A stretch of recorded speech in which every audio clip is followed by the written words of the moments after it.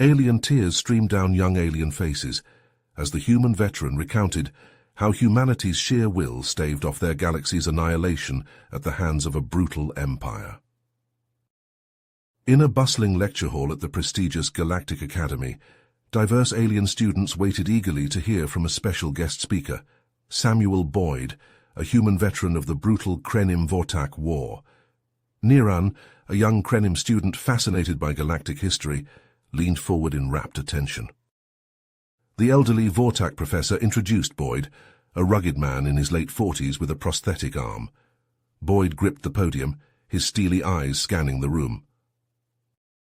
30 years ago, the cruel Krenim Empire launched a surprise attack on the peaceful Vortak, using a horrific new weapon that erased entire worlds from history. Gasps filled the lecture hall. Niran's eyes widened in shock, having never heard this truth. He paused as if reliving a painful memory. We were outmatched and outgunned, but we fought back with everything we had. We bought precious time for Vortak refugees to flee and for the Council to finally act. But it wasn't enough. The Krenim prepared their ultimate weapon, a temporal device to erase our entire galaxy. Humanity's survival and the fate of our universe hung by a thread. What happened next would change everything. Boyd's voice dropped to a murmured hush. The lecture hall became so quiet that you could hear a pin drop. The students were so laser-focused, you could see a bead of sweat drip down an alien's forehead. The Council had one last desperate gambit. They sent an elite squad of human operatives to infiltrate the Krenim's temporal research station. The goal was to destroy the device before those bastards could turn it on. I was picked for the team. Excited murmuring broke out among the rows of seated alien students. Niran felt his 3 hearts start to pound rapidly in his chest. The thought of being trusted with such an insanely important mission, with the fate of the entire galaxy in your hands, was so overwhelming to imagine. Boyd went on. We stole a couple of Krenim stealth ships and flew them right up to their asteroid base. We had to dodge constant patrols and gun batteries. One wrong move and we'd be space dust. Boyd paused, and his prosthetic metal hand squeezed tight, servos whirring. We split up into 2 teams once we got inside. One squad went to blow the power core. I led the other team. Our job was to find that damn temporal weapon and destroy it. Boyd had a distant look in his eyes, as if he was reliving the desperate fight in his mind. It was a bloodbath. We got ambushed by Krenim troops over and over. Plasma bolts zipped by us constantly, scorching the walls. I saw 3 of my guys get shot down, but we couldn't stop. We had to keep pushing forward. The whole damn galaxy was counting on us. Niran realized he was perched right on the edge of his seat. He could feel the tension and dread clawing at his stomach. This was it. The moment the universe almost ended. Every alien in the hall seemed to be holding their breath. Boyd's voice grew raw with emotion. We finally found the temporal device, but we were too late. The thing was already on, charging up. It looked like a giant vortex of twisting colors and lightning. It was seconds away from firing and wiping out everything. Boyd gritted his teeth and clenched his jaw. That's when all hell broke loose. The Krenim poured in and opened fire. They cut down my men one after another. I was the only one left standing. Boyd's face contorted into a vicious snarl. He pushed up his sleeve, revealing the gleaming metal of his prosthetic arm. I saw my opening. One shot to shut this fucker down and save everything. So I made a run straight for that control panel. Students recoiled in their seats, hands flying to their mouths. Niran felt his stomach clench at the gruesome mental image. So there I was, gushing blood, this dickhead standing between me and billions of lives. Boyd mimed, grappling with an invisible foe, his metal arm clanging. We went at it, fists and fury. Bastard was a tough son of a bitch. Behind Boyd, a hologram sprang to life, depicting a seething maelstrom of warped space-time. All the while that infernal vortex kept building, seconds from ripping apart reality. Servos whined as Boyd clenched his steel fist. I was getting weaker, but I saw my chance. I lunged, caught that fucker off guard, sent him screaming into the vortex. Boyd slammed his metal hand on the podium with a resounding bang. Students jumped in their seats. Last bit of juice I had, I fucking punched that control panel, overloaded the whole thing. Vortex went crazy, exploded inward. Shockwave flung me like a rag doll.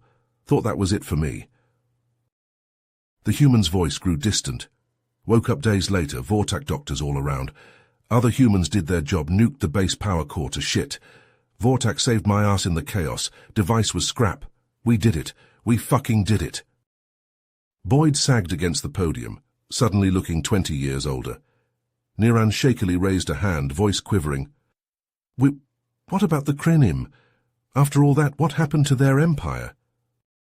A heavy silence fell over the lecture hall as Boyd nodded grimly in response to Niran's question. He leaned forward, his eyes sweeping over the alien students, hanging onto his every word. The Krenim were bloodied but not broken. Those bastards scurried back to their home system like rats, fortifying every inch of it. We had them on the ropes, but the Council's fleets were shot to hell. Our allies were running on fumes. Boyd paused, letting the dire situation sink in. Niran swallowed hard, his stomach twisting into knots. So the Council dropped to their knees and begged humanity for one more miracle. They needed us to spearhead a balls-to-the-wall assault on the Krenim homeworld. A fucking suicide mission. Anxious whispers rippled through the lecture hall. Niran traded wide-eyed looks of awe and dread with his fellow classmates. Boyd cracked a wry smile. I was still a goddamn mess from the last mission. More metal than man, but no way in hell was I going to sit this one out. I had a score to settle with those Krenim fuckers. He flexed his prosthetic arm, servos whirring. The Council scraped together a dream team of humanity's finest. The most hardcore soldiers, the most ice-cold pilots, the craftiest sons of bitches in the galaxy.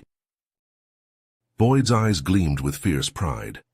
They decked us out with the shiniest toys from every corner of the universe. Guns that could punch through moons. Ships that made light speed look like a fucking joke.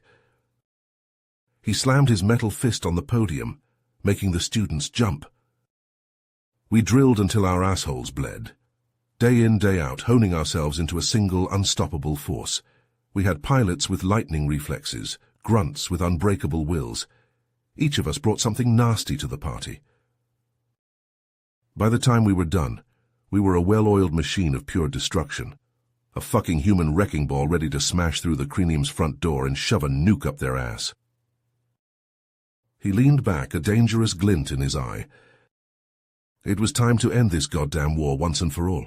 We were going to drag the Krenim kicking and screaming into the fucking dirt. Humanity's final stand. Our rendezvous with destiny. Boyd let the weight of his words hang in the air. The tension in the lecture hall was so thick, you could cut it with a plasma blade. Every alien student was perched on the edge of their seat, hearts pounding, palms sweating, desperate to hear what happened next. Boyd's metal fingers dug into the podium, his eyes flashing with the intensity of the memory. Our dropship shuddered as flak burst around us, the hull groaning under the strain. Jax gripped the stick with white knuckles, his jaw clenched as he jinked and juked through the onslaught. 30 seconds to drop point, he barked over the intercom. The students held their breath, the tension in the room electric. Niran's heart raced, his imagination running wild with the chaos and danger of the moment. We hit the ground hard, the ramp slamming open with a hydraulic hiss. I was the first one out, my pulse rifle up and scanning for targets. The rest of the squad fanned out behind me, securing the perimeter. Boyd's voice dropped to a low growl. The command center loomed ahead, a brutalist fortress of black metal and flickering force fields. Searchlights swept the grounds, hunting for any sign of our incursion. We had to move fast. He slammed his prosthetic fist on the podium, the bang making the students jump. That's when Raven worked her magic. With a few taps on her wrist computer, the searchlights went dead, the force fields flickering out. "We've got a 60-second window," she hissed over the comm. "Move your asses!" Boyd's eyes narrowed, his voice dropping to a terse staccato. We sprinted for the entrance, hugging the shadows. I took point, my enhanced senses straining for any hint of movement. We stacked up on either side of the blast doors, Raven already working on the lock. He mimed aiming a rifle, his prosthetic clicking as he sighted down the barrel. The doors slid open with a hiss and we were inside, sweeping the corridors with practiced precision. But the Krenim were waiting for us. Niran leaned forward, his heart in his throat. The other students were rigid in their seats, eyes wide, hanging on Boyd's every word. Plasma bolts stitched the walls around us as we dove for cover. I caught a glimpse of black armor and snarling alien faces before the air was filled with the stench of ozone and scorched metal. Boyd's face contorted into a vicious snarl. I popped up from behind a twisted girder, my rifle bucking against my shoulder as I returned fire. 1 down, 2, 3, but they just kept coming. His prosthetic hand mimed throwing a grenade, the servos whining with the effort. Blaze lobbed a frag down the hall, the blast shaking the deck beneath our boots. In the moment of confusion, we pushed forward, leapfrogging from one piece of cover to the next. Boyd's voice was a hoarse whisper now. And we were close, I could feel it. Just one more push and we'd be at the control room, but the Krenim were dug in deep, determined to hold the line to the last man. I signaled Raven to prep a breaching charge, the rest of us laying down a withering hail of suppressive fire. This was it, the moment of truth. No turning back now. The human veteran straightened, his eyes distant, as if he was back in that fateful corridor, the fate of the galaxy resting on his shoulders. The charge blew, the shockwave slamming into us like a hammer. Smoke and debris filled the air, the acrid taste of burnt circuitry on my tongue. We charged through the breach, plasma bolts zipping past us like angry hornets. Boyd's voice trembled with barely restrained emotion. And then we were inside the control room, face to face with the Krenim command staff. They looked up at us with a mix of shock and rage, their hands scrabbling for weapons. But we had the drop on them. I saw the general reaching for the planetary defense controls, his finger twitching towards the button that would doom our fleet. Time seemed to slow, my rifle coming up as if in a dream. Boyd's eyes hardened, his voice barely more than a whisper.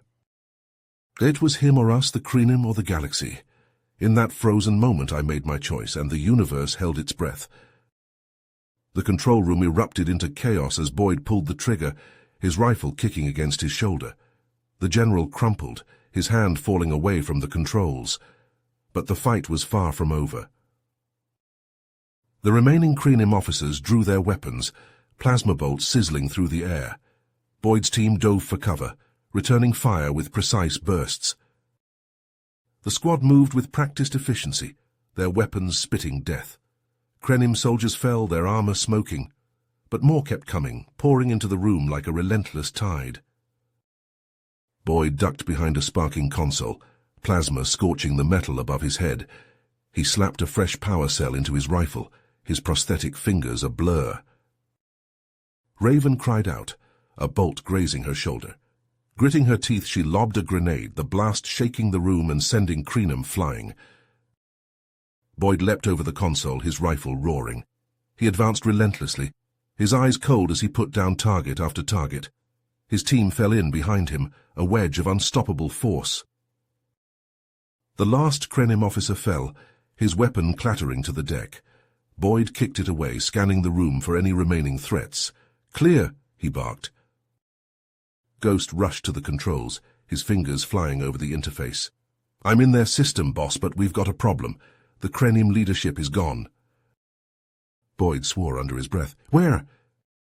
"Sensors show a hidden bunker deep underground. That's got to be where the bastards ran to."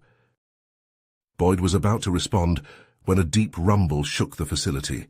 Dust fell from the ceiling as the deck trembled beneath their boots. Raven checked her scanner, her eyes widening. "Seismic readings are off the charts. They've triggered some kind of self-destruct."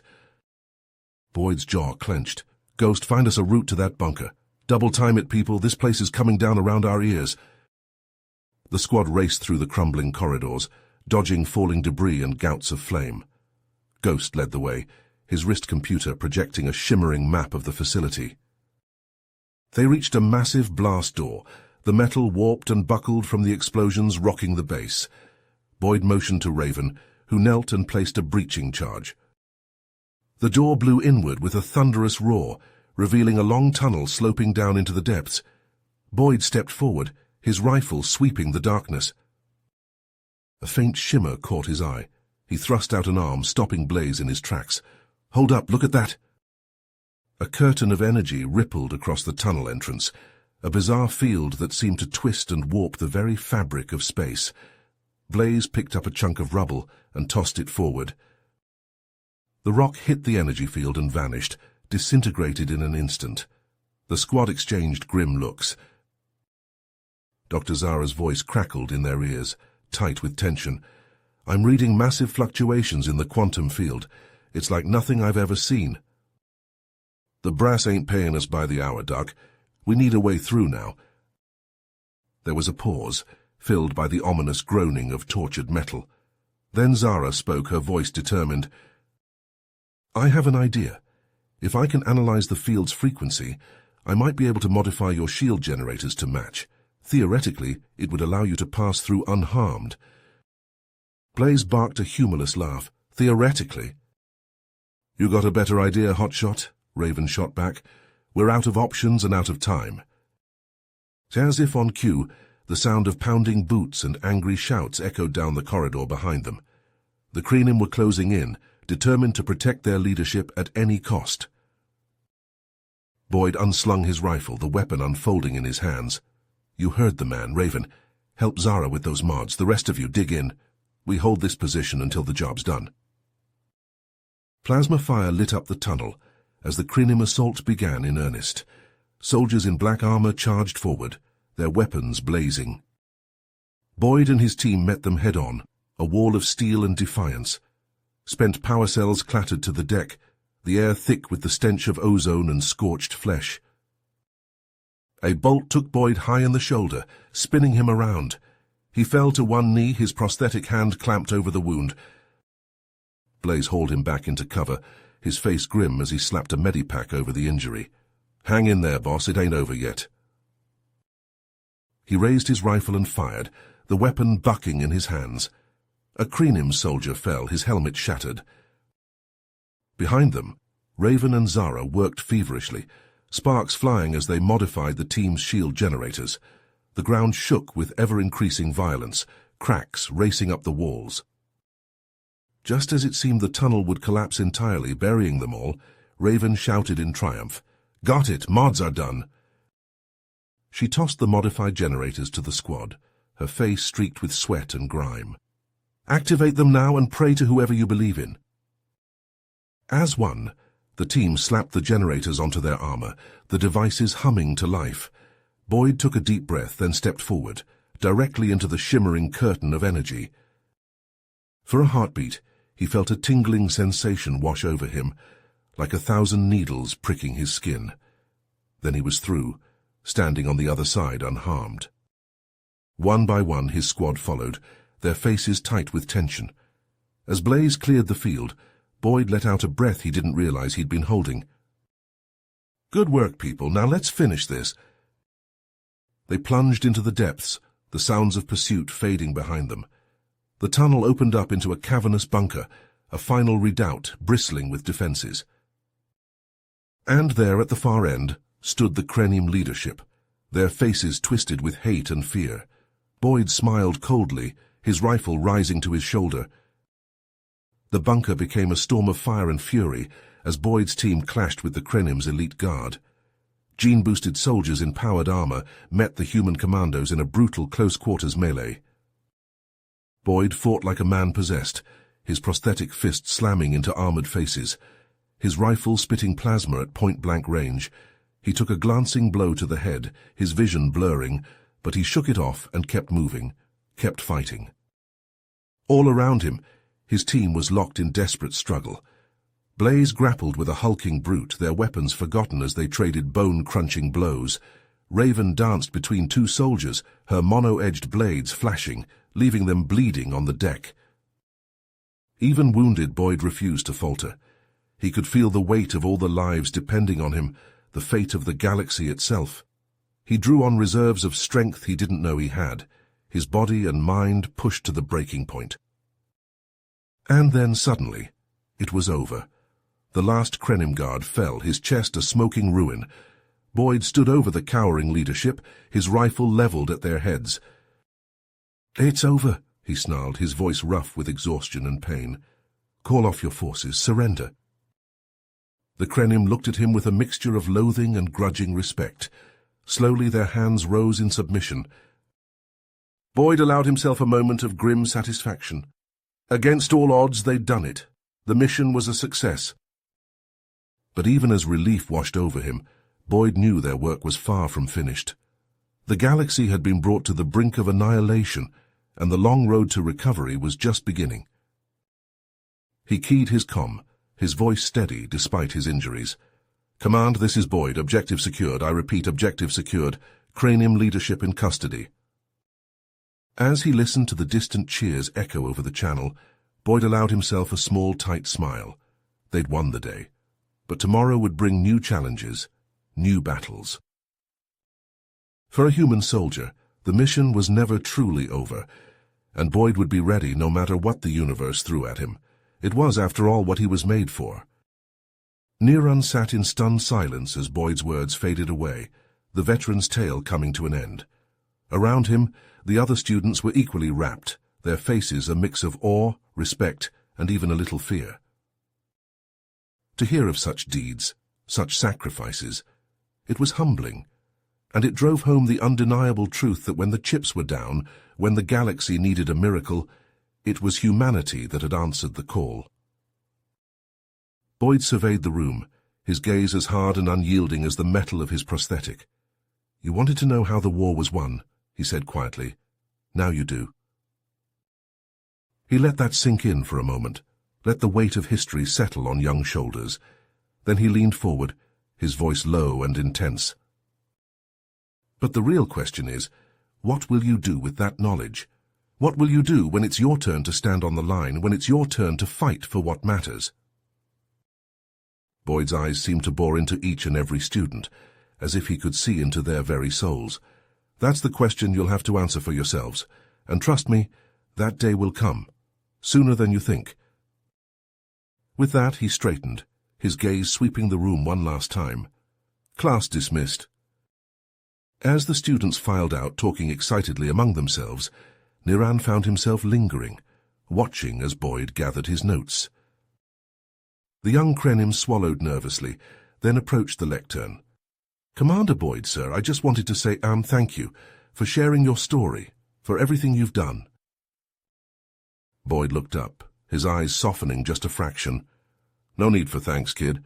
I was just doing my job, same as anyone else." Niran shook his head. "With respect, sir, I don't think that's true. What you did, what all of humanity did, it was extraordinary. You saved us all." For a long moment, Boyd just looked at him, his expression unreadable. Then, slowly, he nodded. "Maybe so. But the thing about being a hero, kid, it's not something you do once and then you're done. It's a choice you make every day, to put others before yourself, to fight for what's right, no matter the cost." He reached out, clasped Niran's shoulder with his flesh and blood hand. "And that's a choice anyone can make. Human, Krenim, Vortak, doesn't matter. What matters is having the courage to try." With a final nod, Boyd released him and strode from the room, leaving Niran to ponder the wisdom and the weight of his words. And as he did, the young Krenim felt something kindle in his chest, a spark of determination, of purpose. He might not be human, he might not be a soldier, but he could still make a difference, he could still fight for a better tomorrow. In that moment, Niran made a silent vow to honor the sacrifices of Boyd and all those like him, to be worthy of the future they had won. It was, he knew, the very least he could do. Boyd's ice-cold eyes locked with Zorkrath's as he pressed the humming plasma blade against the tyrant's throat. Beads of sweat rolled down the Krenim leader's face, his breath coming in ragged gasps. "It's over, Zorkrath," Boyd growled, his voice low and dangerous. "You've lost. Honor the terms of our duel and order your forces to stand down. Now." Zorkrath's eyes darted around the bunker, seeking some escape, some way to turn the tables. but he found only the unwavering stares of Boyd's team, their weapons trained on him and his guards. "You think you've won, human?" Zorkrath spat, his voice dripping with venom. "You may defeat me, but the Krenim will never bow to your galactic council. We would rather die than submit to your rule." He pressed the blade harder against Zorkrath's neck, a thin line of blood appearing. "Now give the order. End this war before any more lives are lost." Seconds ticked by, the tension in the bunker rising to a breaking point. Zorkrath's loyal guards tightened their grips on their weapons, ready to fight to the death for their leader. But as he stared into Boyd's unflinching gaze, Zorkrath saw something that shook him to his core. Not just strength, but conviction, a resolve that went beyond mere duty or loyalty. This human, this enemy, truly believed in what he was fighting for. And in that moment Zorkrath realized that no matter how many soldiers he threw at them, no matter how powerful his weapons, he could never defeat that kind of determination. His shoulders slumped, the fight draining out of him. "Very well, human, you have won. I will give the order." He turned to his team, his voice ringing with authority. "Raven, patch me through to the fleet. It's time to end this once and for all." As Raven worked to establish the connection, Boyd faced Zorkrath once more. "You and your guards will come with us to the surface. You will formally surrender to the Council and order all Krenim forces to lay down their arms. Any resistance will be met with swift and decisive action." Zorkrath nodded, his face a mask of bitter resignation. "I understand." With a hiss of static, Raven's voice came over the comm. "Connection established, boss. You're live." Boyd took a deep breath, the weight of the moment settling on his shoulders. Then, with a voice that carried the hopes and dreams of a battered galaxy, he began to speak. "Attention, all Krenim forces. This is Commander Samuel Boyd of the Galactic Council. Your supreme leader has been defeated in single combat in accordance with your own traditions. He has agreed to an unconditional surrender." Gasps and murmurs rippled through the lecture hall as Boyd recounted his words. Niran felt a chill run down his spine, imagining the impact of that declaration. All Krenim soldiers are to lay down their arms immediately. Any further aggression will be considered a violation of the terms of surrender and will be met with overwhelming force. This war is over. It's time for all of us, Krenim included, to begin the hard work of rebuilding and healing. Boyd paused, his gaze sweeping over his team, over the defeated Zorkrath and his guards. "Today we have a chance to forge a new future. A future of cooperation, not conquest, of unity, not division. Let us seize that chance and build a galaxy where all species can thrive in peace." As the transmission ended, a stunned silence filled the bunker. Then, slowly at first, but with growing enthusiasm, Boyd's team began to cheer. They had done it. Against all odds, they had brought an end to the war. But even as he joined in the celebration, Boyd knew that the true challenge was just beginning. Rebuilding the shattered trust between species, healing the wounds of war. That would be the work of a lifetime. Yet as he looked at his team, at the determined faces of the humans who had fought and bled beside him, he felt a surge of hope. Together, they could face anything. Together, they would build a better tomorrow. With Zorkrath and his guards in tow, Boyd led his team out of the bunker and into the light of a new dawn. The battle was won, but the struggle for peace was just beginning. And Commander Samuel Boyd, hero of the Krenim War, would be there every step of the way. For he knew better than anyone that the price of freedom was eternal vigilance. Boyd's voice dropped to a low growl as he continued his tale, the students hanging on his every word. We moved through the research station's sterile corridors, our boots echoing on the metal grating. The place was eerily quiet, the only sound the hum of distant machinery. His prosthetic hand clenched, servos whirring. That's when all hell broke loose. Zarvor's fanatics ambushed us, plasma bolts searing the air. We dove for cover, returning fire. Niran's heart pounded as he imagined the chaos of close-quarters combat. Boyd's eyes took on a distant look, as if he was back in those desperate moments. We pushed forward, inch by blood-soaked inch. Every corner, every doorway held a new threat. But we couldn't slow down, not with the bioweapon ticking down to deployment. Boyd paused, his gaze sweeping over the silent classroom. I still remember the moment we breached the bioweapon's containment chamber. The air was thick with the stench of chemicals and death. In the center of the room, a pulsing, oozing mass of black tendrils and glowing pods.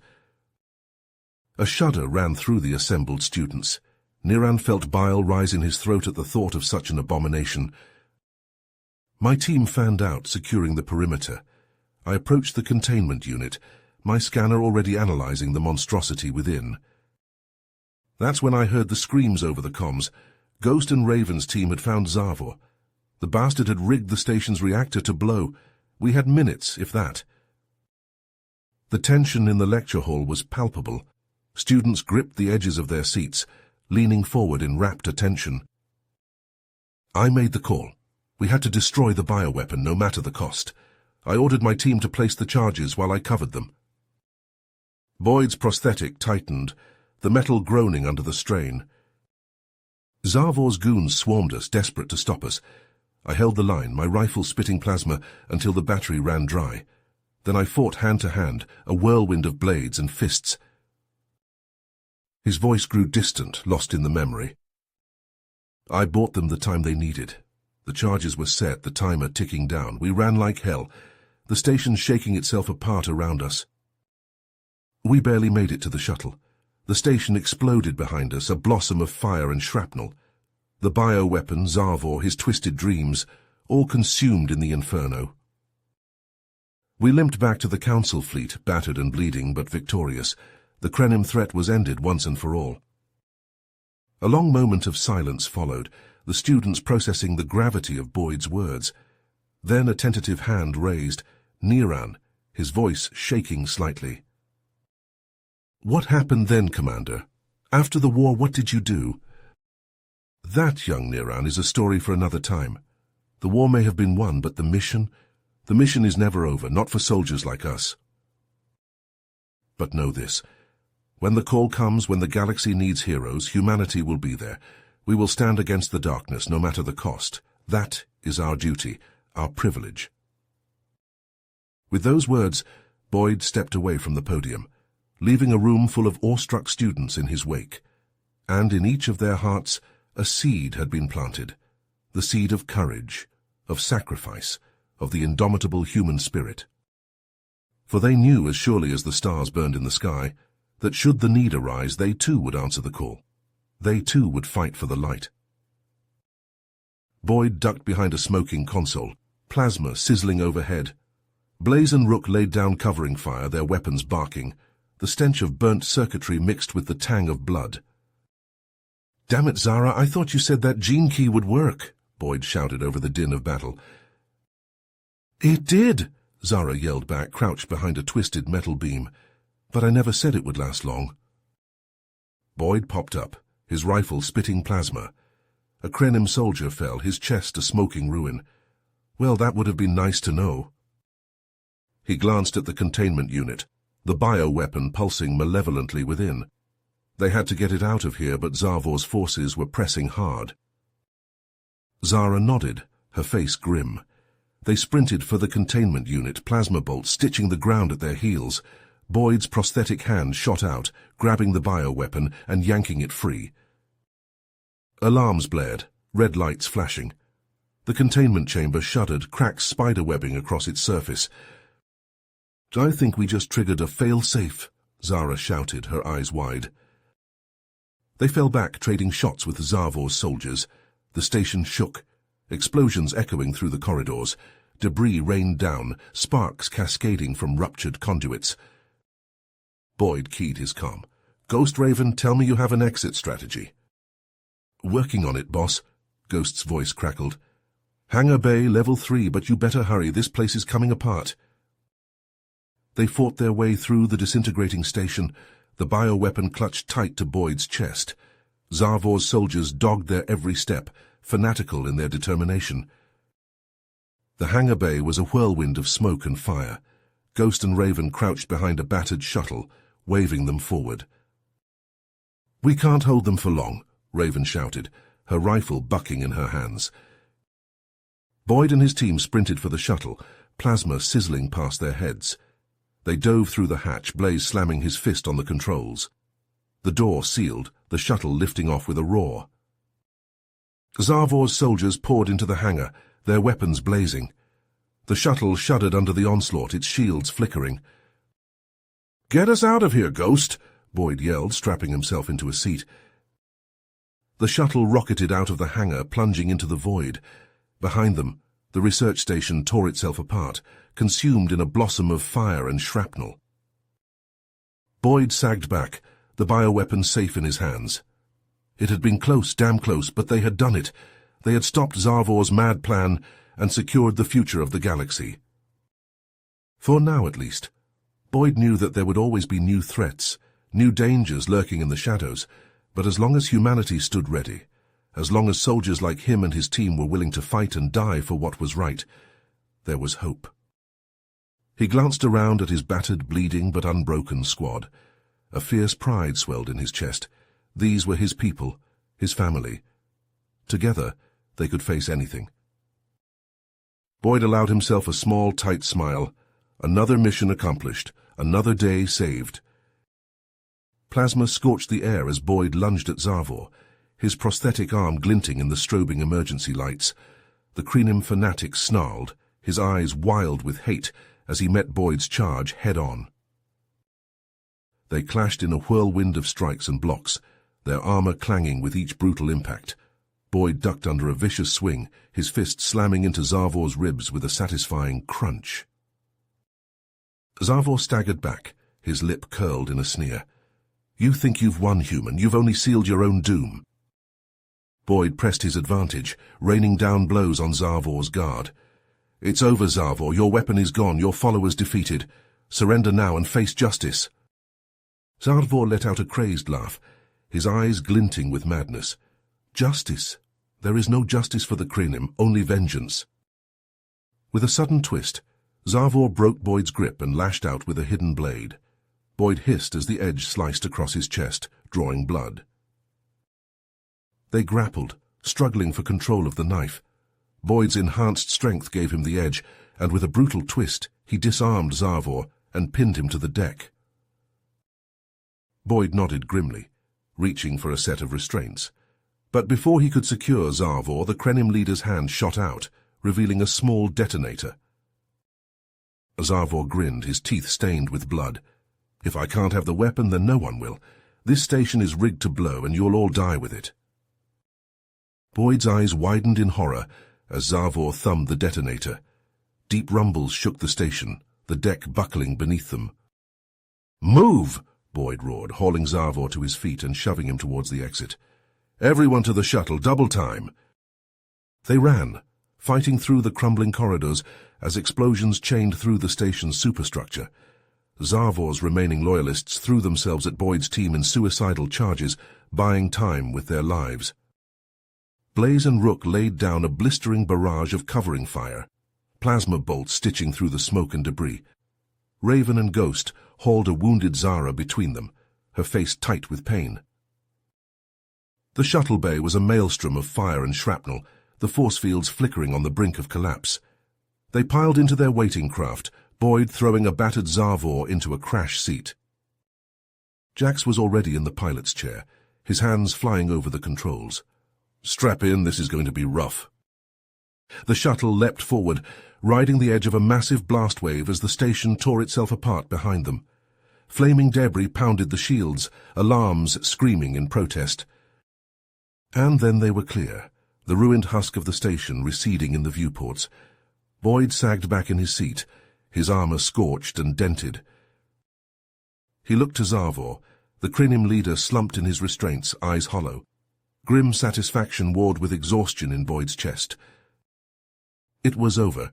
The weapon was destroyed, Zarvor captured. The Krenim threat was ended at last, but the cost... Boyd closed his eyes, the faces of the fallen flashing behind his lids. So many lives lost, so much destruction. But in the end, they had done it. They had saved the galaxy. Even if it didn't feel much like a victory. You have reached the end of the story. If you enjoyed this story and want to support us, Please leave a like and subscribe to our channel, and for every comment that says 88, I will heart every single one of them. Thank you for your time.